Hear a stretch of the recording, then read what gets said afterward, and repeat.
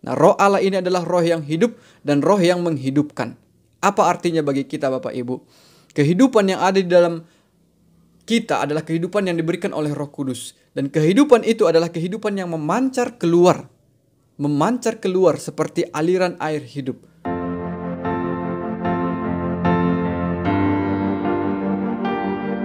Shalom bagi kita, Bapak Ibu dan saudara-saudari.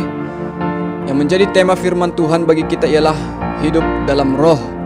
Hidup dalam roh. Minggu ini kita memperingati Hari Pentakosta. Nah, di mana di Hari Pentakosta ini ada sebuah peristiwa yang pastinya kita tidak lupa, di mana Allah mencurahkan Roh Kudus kepada murid-murid. Allah mencurahkan Roh Kudus. Pada peristiwa itu Petrus berkhotbah dengan luar biasa menyampaikan Injil Kerajaan Allah tentang kebangkitan Yesus Kristus. Dan ada kira-kira 3.000 orang yang bertobat, memberikan diri dibaptis dan diselamatkan. Bapak Ibu, ini adalah peringatan yang sangat besar kepada kita. Namun memang kita sadar bahwa turunnya Roh Kudus ini adalah sesuatu yang baru bagi manusia. Karena memang kehadiran Roh Kudus membawakan sebuah yang baru bagi kita. Di mana ketika awalnya ini peristiwa Pentakosta ada 3.000 orang yang diselamatkan. Bapak Ibu, kalau kita ingat di perjanjian lama juga ada peristiwa sebenarnya diberikan Tuhan hukum Taurat kepada orang Israel. Allah memberikan hukum Taurat kepada orang Israel melalui hambanya Musa. Artinya hukum Taurat itu turun dari Allah diberikan kepada manusia. Nah, tapi menariknya yang terjadi ketika hukum Taurat diberikan kepada manusia. Pada masa itu ada kematian sekitar kira-kira 3.000 orang yang terjadi. Nah, kematian ini adalah ketika waktu itu manusia orang Israel mengatakan bahwa mereka siap untuk mengerjakan setiap firman Tuhan yang akan mereka dengarkan. Tetapi ketika Musa membawa 2 loh batu itu dari atas gunung Sinai dan dia turun ke bawah, dia melihat orang-orang Israel sudah menyembah patung anak lembu emas. Dan pada waktu itu karena geram, Musa menyuruh orang-orang yang setia kepada Tuhan untuk membinasakan orang-orang yang telah menyembah anak lembu emas tersebut. Dan ada kira-kira 3.000 orang yang mati. Nah, dari sini sebenarnya kita bisa belajar bahwa hukum Taurat, di mana perjuangan manusia untuk hidup benar di hadapan Allah, justru tidak membawa kepada kesempurnaan dan kebenaran, tetapi membawa kepada kematian ataupun kebinasaan. Sedangkan peristiwa turunnya Roh Kudus ketika pertama sekali di hari Pentakosta, nah bukan membawa kematian, melainkan membawa kasih karunia, membawa kehidupan kepada 3.000 orang yang percaya, yang diselamatkan oleh Tuhan. Nah, dari sini kita belajar bahwa Roh Kudus adalah roh yang memberikan hidup. Dan hidup ini sudah diberikan oleh Roh Kudus sejak Roh Kudus memimpin gereja mulai dari Pentakosta sampai dengan sekarang, sampai dengan masa kedatangan Tuhan Yesus Kristus yang kedua kalinya. Roh Kudus telah membawa zaman yang baru bagi kita, zaman yang bukan lagi bersandar kepada pengertian diri sendiri tetapi kepada kasih karunia Allah. Lalu bagaimana hubungannya dengan kehidupan orang percaya hidup di dalam roh? Nah, maka di dalam khotbah firman Tuhan kali ini akan ada 2 poin yang akan saya bawakan Bapak Ibu dan saudara-saudari. Akan ada 2 poin. Jikalau roh memberikan kehidupan dan keselamatan, lalu bagaimana kehidupan orang yang percaya yang sudah dipenuhi oleh Roh Kudus? Nah, poin yang pertama Bapak Ibu, bagaimana ketika orang yang tidak ada di dalamnya Roh Kudus, maka kehidupannya adalah ketidakberdayaan terhadap dosa ataupun kepada daging. Saya baca dari ayat yang ketiga pasal yang ke-8 ini juga.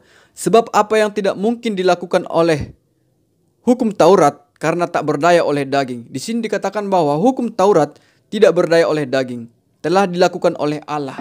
Nah, pemikirannya adalah bahwasanya ketika kita hidup di dalam daging tanpa Roh Kudus, kehidupan yang kita jalani adalah kehidupan yang menyombongkan diri sendiri, kehidupan yang mementingkan diri sendiri, egois, dan tidak mementingkan orang lain, Bapak Ibu dan saudara-saudari.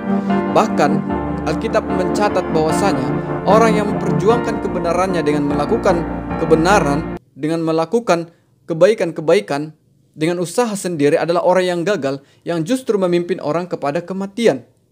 Hukum Taurat adalah kudus dan benar, tetapi manusia sudah jatuh ke dalam dosa sehingga manusia tidak mampu untuk mengerjakannya secara sempurna. Justru itu akan memimpin orang kepada kematian. Bapak, Ibu, dan saudara-saudari, orang yang belum diberikan Roh Kudus oleh Tuhan, hidupnya itu sama seperti dibelenggu. Dibelenggu artinya apa? Artinya ketika kaki kita dibelenggu, diikat, kita akan tetap berada di tempat itu dan tidak bisa berjalan karena kita sudah diikat. Demikian juga dosa telah mengikat kita sehingga ketika pun ada keinginan, kemauan di dalam diri kita untuk mengerjakan hal yang benar, tetapi kemauan itu tidak sanggup. Adapun kemauan, tapi kita tidak mampu, tidak memiliki kemampuan. Nah, ada sebuah cerita di mana ada seorang pemuda yang gagah perkasa dan berani. Nah, dia sedang mengendarai sebuah speedboat di pantai. Dia mengendarai, tetapi lama-kelamaan dia menuju tengah lautan. Dia menjauh dari pantai. Nah, tiba-tiba datang badai, datang hujan, datang angin yang menyebabkan gelombang muncul yang sangat tinggi. Nah, pemuda ini berusaha untuk melarikan diri dari kejadian itu. Dia mau kembali lagi ke pantai, tetapi usahanya sia-sia. Akhirnya dia hanyut dan dia tidak sadar diri. Nah, setelah dia sadar, ternyata dia sudah terdampar di sebuah pulau yang tidak dikenal oleh dia dan tidak berpenghuni. Nah, dia sadar dan melihat bahwa dia sudah ada di sebuah pulau yang baru. Dan di sekitarnya tidak ada ditemukannya speedboat yang dia kendarai itu. Nah, pastinya pemuda ini akan mencoba untuk kembali dengan berkomunikasi kepada orang yang ada, tetapi dia tidak berhasil. Lalu dia mencoba untuk menyeberang dengan cara berenang dicobanya, tetapi Bapak Ibu, tidak menghasilkan. Dia mencoba berenang sejauh 50 meter, tetapi dia sudah kecapean. Akhirnya dia balik lagi ke pulau. Lalu dia melihat ada pohon-pohon besar.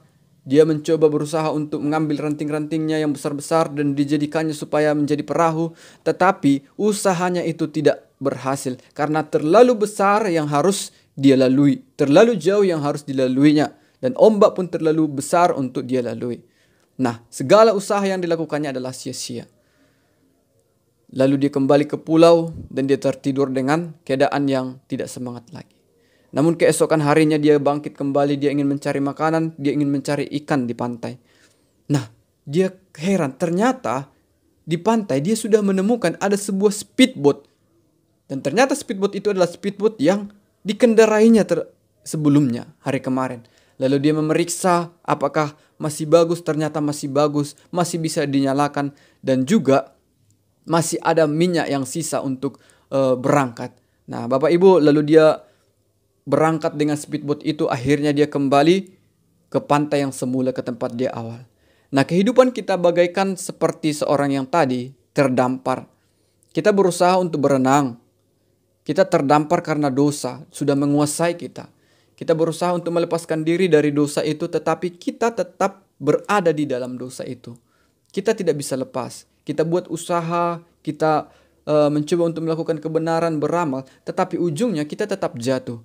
Karena apa? Karena kita sudah diikat, dibelenggu oleh dosa dan tidak memiliki keberdayaan untuk lepas dari dosa. Bapak Ibu, gambaran dari speedboat ini adalah gambaran dari Roh Allah. Ketika Roh Allah ada di dalam kita, Roh Allah memang bukan memampukan kita untuk 100% bisa hidup kudus. Tetapi Roh Allah itu hanya memberikan kemampuan kepada kita supaya kita bisa mengalahkan dosa yang sudah kita lakukan, yang sudah melekat di dalam diri kita. Nah, seorang pemuda tadi ketika dia mengendarai speedboat itu, dia sudah bisa kembali ke tempat awalnya. Sama seperti kita yang diberikan oleh Roh Kudus, kita sudah bisa mengalahkan dosa. Walaupun memang Roh Kudus itu tidak membuat kita menjadi sempurna di dalam kebenaran. Justru Roh Kudus itu hanya memberikan kemampuan kepada kita. Nah, sekarang adalah bagaimana kita hidup di dalam kemampuan yang diberikan oleh Roh Kudus itu. Ketika kita tidak dipenuhi oleh Roh Kudus, ingat, hidup kita menjadi beban bagi orang lain. Kita hanya mementingkan diri sendiri, aku, dan kita sangat cemburu dengan keberhasilan orang lain.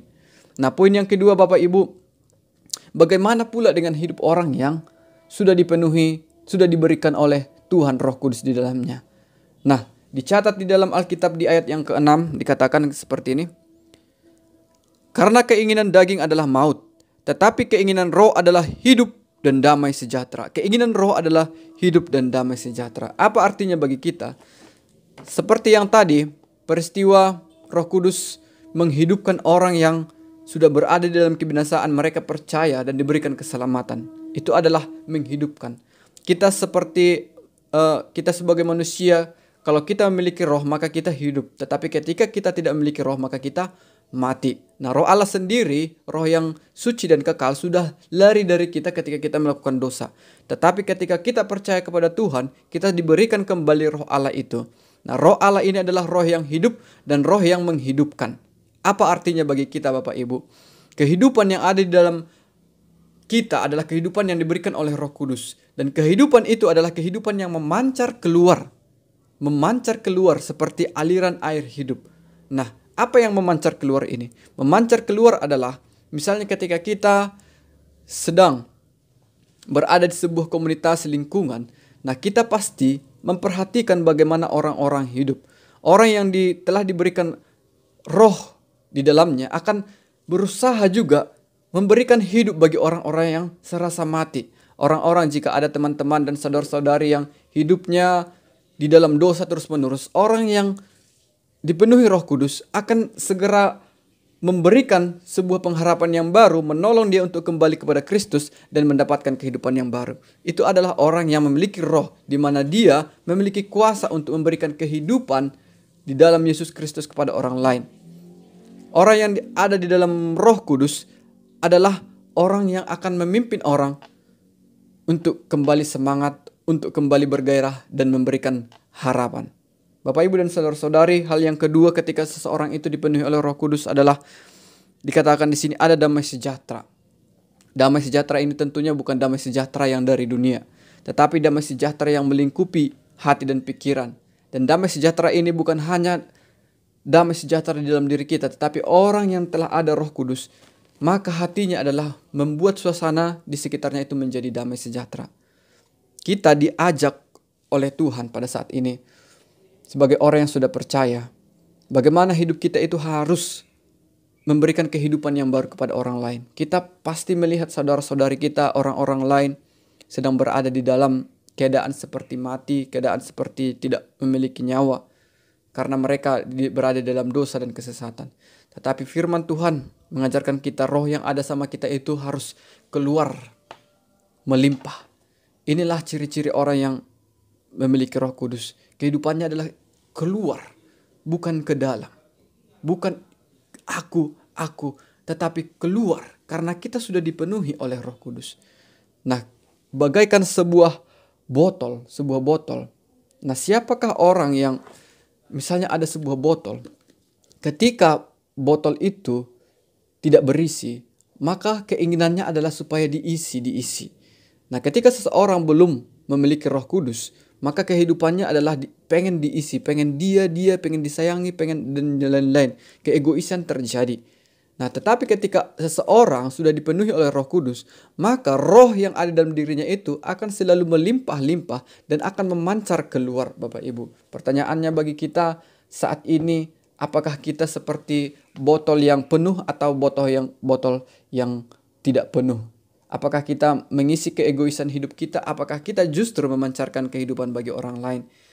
Firman Tuhan mengajak kita supaya hidup kita yang sudah diberikan Roh Kudus akan memberikan dampak positif kepada orang-orang di sekitar kita. Tentunya memang orang yang dimiliki oleh Roh Kudus akan memancarkan buah-buah roh, kasih, sukacita, damai sejahtera. Ada 9 buah roh.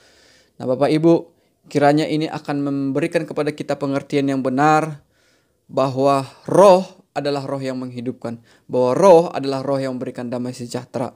Dan di hari Pentakosta ini mari kita rayakan kebangkitan jiwa kita, di mana kita yang dahulunya mati sekarang dibangkitkan, dihidupkan kembali oleh karena pertolongan Roh Kudus. Berdoalah terus supaya Roh Kudus yang memimpin kita, karena tanpa Roh Kudus maka hidup kita tetap berada di bawah bayang-bayang kuasa dosa. Tetapi ketika Roh Kudus, kita akan berada di bawah bayang-bayang kasih karunia Allah. Demikianlah firman